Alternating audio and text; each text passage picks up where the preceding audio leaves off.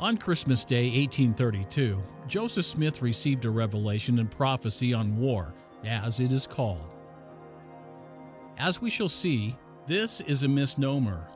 The Lord clearly states that the revelation is about wars, in the plural, that shall commence in the United States.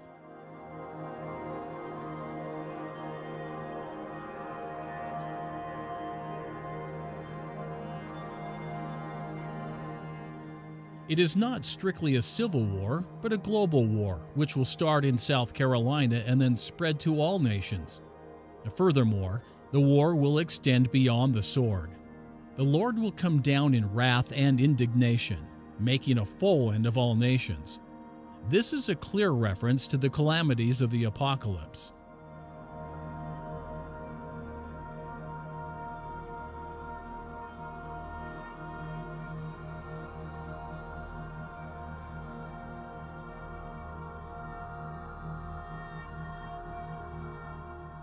The Church's preface to Section 87 puts forth the issue of slavery in the United States and troubles throughout the world as the context for the revelation.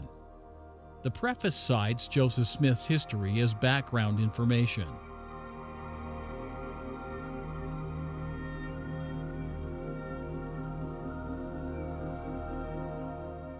The citation is from the History of the Church, Volume 1, Chapter 22. Joseph describes the troubles among the nations and within the United States. He notes the rebellion of South Carolina in 1832 called the nullification crisis by historians.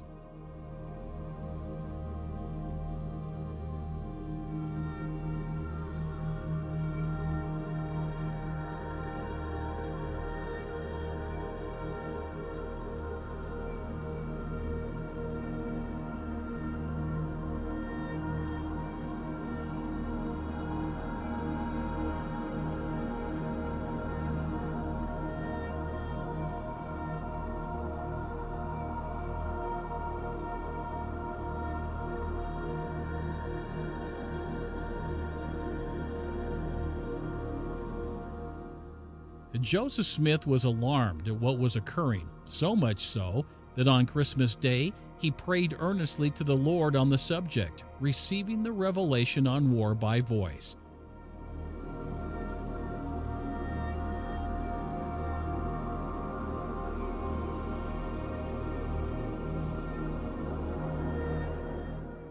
There are three things of note here. First, Joseph was not asking the Lord about what was occurring in the United States and the world at large. Though these events were the impetus for his prayer, he was more specifically asking about the timing and cause of the events preceding the coming of the Son of Man. Second, he assumed that the cause for the difficulties would be the slave question. As we shall see, the revelation does not give the specific reason for the onset of war, other than the fact that South Carolina will rebel. Third, both Joseph Smith and the Lord expressly say that the commencement of the difficulties will begin with the rebellion of South Carolina. What is unclear is which rebellion of South Carolina the Lord refers to. In Joseph's mind, the Lord may be referring to South Carolina's rebellion during the nullification crisis of 1832. After all, that was ongoing when Joseph prayed and received the revelation. On the other hand, the Lord could be referring to the American Civil War of 1861 to 1865, which was set off by a Confederate attack on Fort Sumter in South Carolina. He knew this would come, while Joseph Smith would have been unaware. Not off the table is a future war, again starting with the rebellion of South Carolina. We'll explore all three possible explanations. The nullification crisis of 1832 to 1833 was a confrontation between South Carolina and the U.S. federal government over the federal tariffs of 1828 and 1832. South Carolina objected to these tariffs, eventually declaring them unconstitutional and null and void in the state.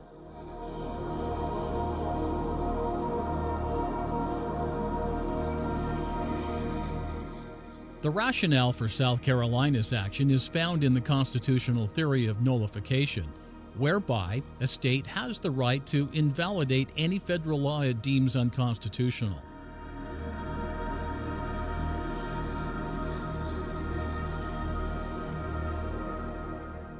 In the event of military conflict, Governor Hayne established a militia and infantry ready to march to Charleston. Weapons were also purchased.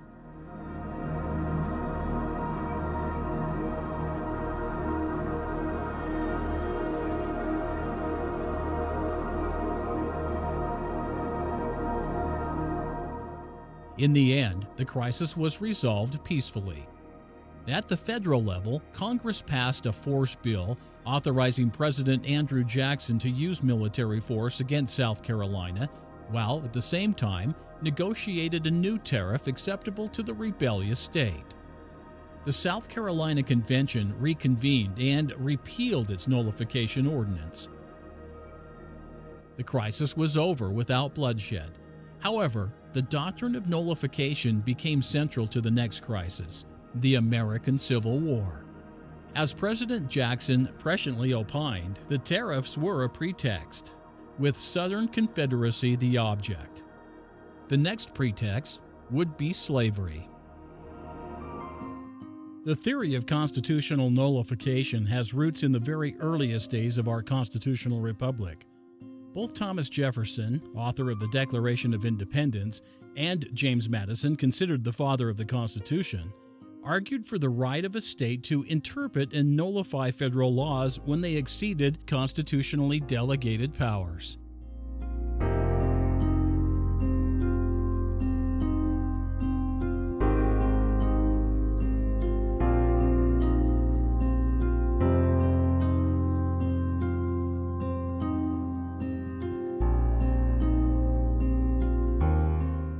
The theory has been repeatedly struck down, but at the same time has been repeatedly invoked to justify a state's rejection of federal law, most famously by the Southern states as the justification for secession.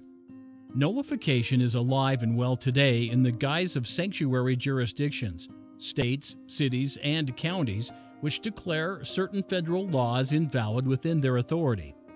The U.S. Representative Tom McClintock rightly made the connection.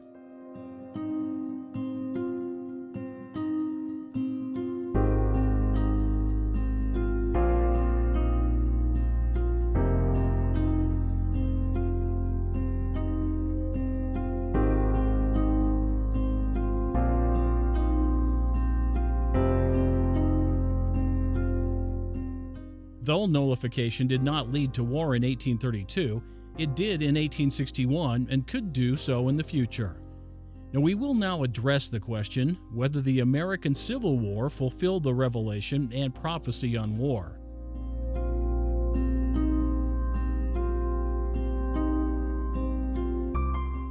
The LDS Church has consistently taught that the American Civil War of 1861 to 1865 fulfilled Joseph Smith's prophecy and revelation on war, recorded in Section 87 of the Doctrine and Covenants. The Church History Teacher's Manual, for example, declares that the prophet Joseph Smith foretold the Civil War. The Gospel Doctrine Teacher's Manual makes the same claim.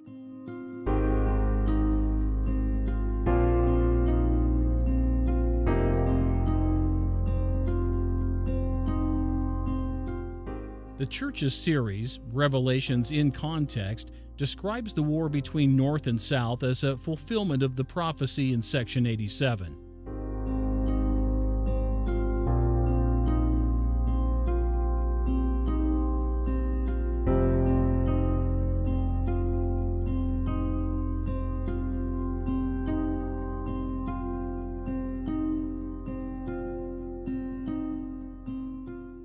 In 2002, the Church produced a video about the prophecy as part of its Doctrine and Covenant stories. Chapter 30, A Revelation About War, December 25th, 1832. Many people were being baptized into the church. The gospel made them happy, but they were worried about things that were happening in the world. Earthquakes and wars were happening in many places. Sad things were also happening in the United States. Some people didn't want to be part of the country. They wanted to have their own leaders. On Christmas Day, 1832, Jesus gave Joseph Smith a revelation about war. Jesus said the people in the United States would fight against each other in a war. This prophecy was fulfilled when the American Civil War started about 30 years later. Jesus also revealed that there would be wars in all other parts of the world. Many people would die. There would be terrible sadness. Jesus said the saints should be faithful during these hard times. Joseph Smith was sad to know there would be so many wars. He knew that if people would obey God's commandments, they wouldn't fight and have war. The American Civil War as fulfillment of the revelation and prophecy has been touted from the pulpit as well. In the October 1981 General Conference, Elder Ezra Taft Benson, then president of the Quorum of the 12 Apostles, testified of the prophecy's fulfillment. In 1832, he prophesied that the southern states and northern states would shortly be divided in war, that this war would be the beginning of world wars which would eventually involve all nations and result in the death and misery of many souls. Specifically, he said that the Great Civil War would begin with a rebellion in South Carolina. This prophecy was published to the world in 1851. As every schoolboy knows, the Civil War began with the secession of South Carolina from the Union, and other states followed. When Lincoln sent provisions to the Union forces at Fort Sumter, South Carolina, the Confederate forces opened fire on the fort. Since that fateful day in 1861, the world has seen, as a result of warfare, the death and misery of many souls. A little over a decade later, Elder Neal A. Maxwell taught that Section 87 was a remarkable prophecy of the American Civil War. Another remarkable prophecy, given nearly 30 years before the tragedy of the American Civil War, not only foretold where it would begin, but more importantly, that it would end in the death and misery of many souls. By far, that war still ranks as America's bloodiest. But did the American Civil War truly fulfill the prophecy on war? One way or the other, this can only be determined by a careful and detailed comparison of the prophecy and the Civil War. To begin with, we must first enumerate the specific details of the prophecy. The first verse provides 3 prophetic elements.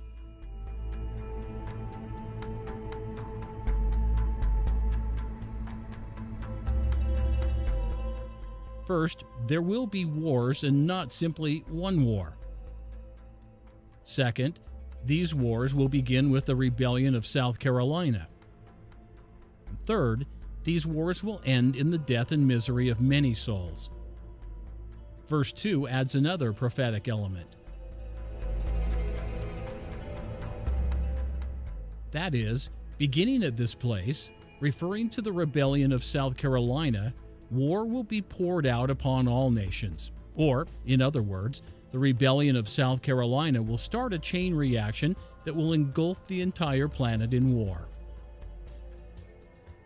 The third verse adds more specific details.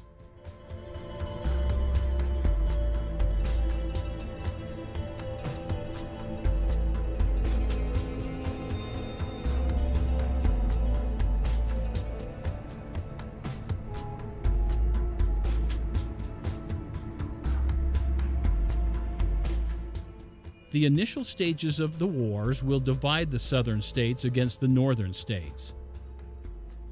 During this initial phase of war, the southern states will call upon other nations for assistance, including Great Britain. The other nations, in turn, will call upon yet other nations to help defend themselves. Like falling dominoes, all nations will become embroiled in a global war. Verse 4 introduces a new element. Slaves will rise up against their masters. Their masters will be marshaled and disciplined for war. Slaves will rebel against their armed and disciplined masters well into the conflict after the events of the first 3 verses. This rebellion is distinct from the war between the states and the nations. The 5th verse indicates that during the wars, unspecified remnants will go to war against the Gentiles and vex them with a sore vexation.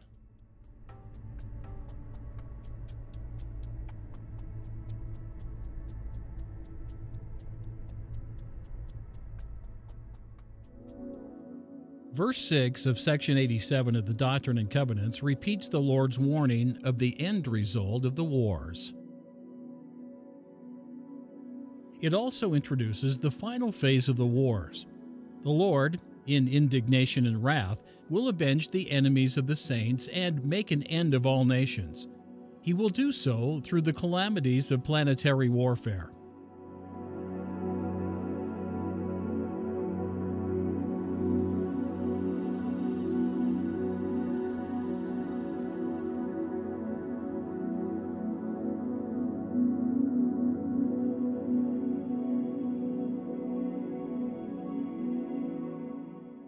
To finish, these events, wars of various types, are connected, forming a series or continuum.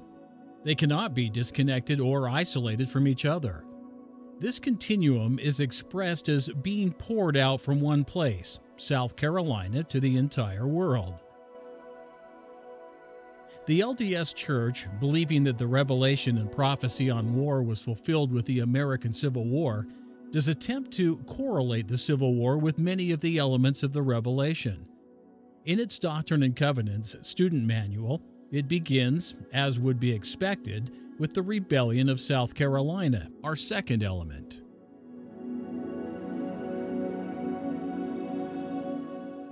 The manual, quoting an LDS commentary, rightly points out that South Carolina did initiate the Civil War.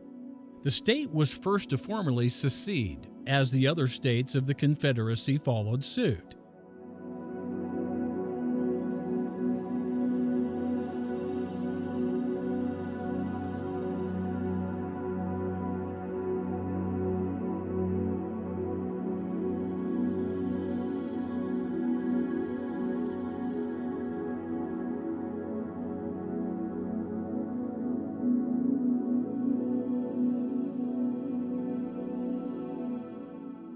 This prophetic element was fulfilled by the American Civil War. The manual next addresses the casualty prophecy, the death and misery of many souls.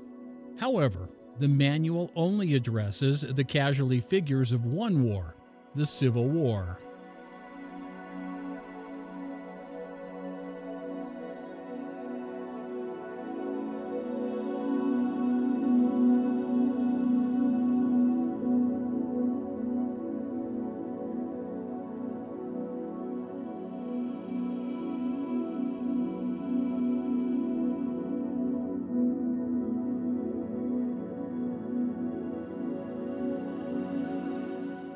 True, the losses on both sides were enormous, but the Revelation prophesies that the death and misery will be the result of all the wars mentioned therein.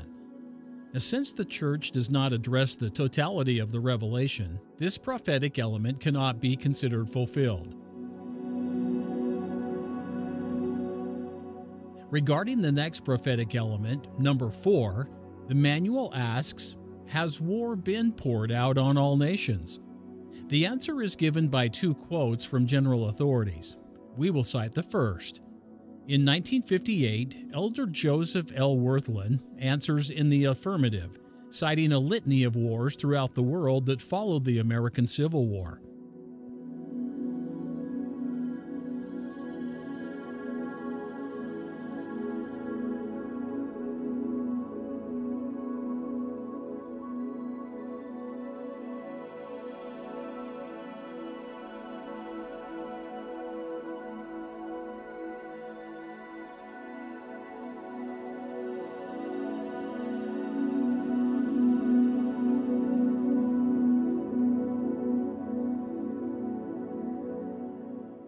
Unfortunately, merely listing a series of wars that followed the Civil War does not account for several factors. For one, wars have been going on throughout the history of man. Wikipedia lists over 250 wars throughout the world in the 19th century before the Civil War alone. It also lists hundreds of wars before 1800. None had their beginning with the rebellion of South Carolina. Second, the wars described in the Revelation are sequential and connected. Not one of the wars mentioned by Elder Worthland are connected to the American Civil War in any way other than they occurred afterwards. Other LDS scholars make the argument that it was the Civil War which ushered in modern warfare with its attendant increase in lethality.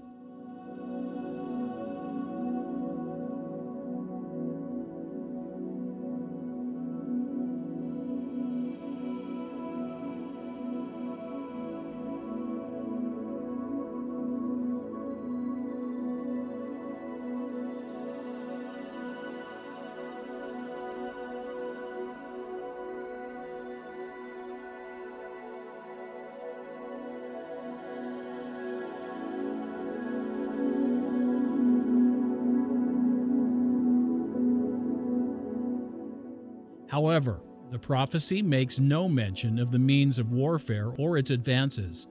It merely states the combatants. This argument is a red herring. Elder Worthland's listing of the wars following 1865 failed to take into account that the Revelation, if we are to take it at its word, states clearly that the rebellion of South Carolina will initiate hostilities which will eventually involve all nations of the world. Now, there have been two wars, World War I and II, which were widespread throughout the world, but did not include all nations. There is yet to be a war that will include all nations at the same time. And we need to re-emphasize that the wars delineated in the Revelation are connected and continuous. The rebellion of South Carolina will start a chain reaction that will eventually span the globe and include all nations. As it stands today, the fourth prophetic element remains unfulfilled and unconnected to the American Civil War.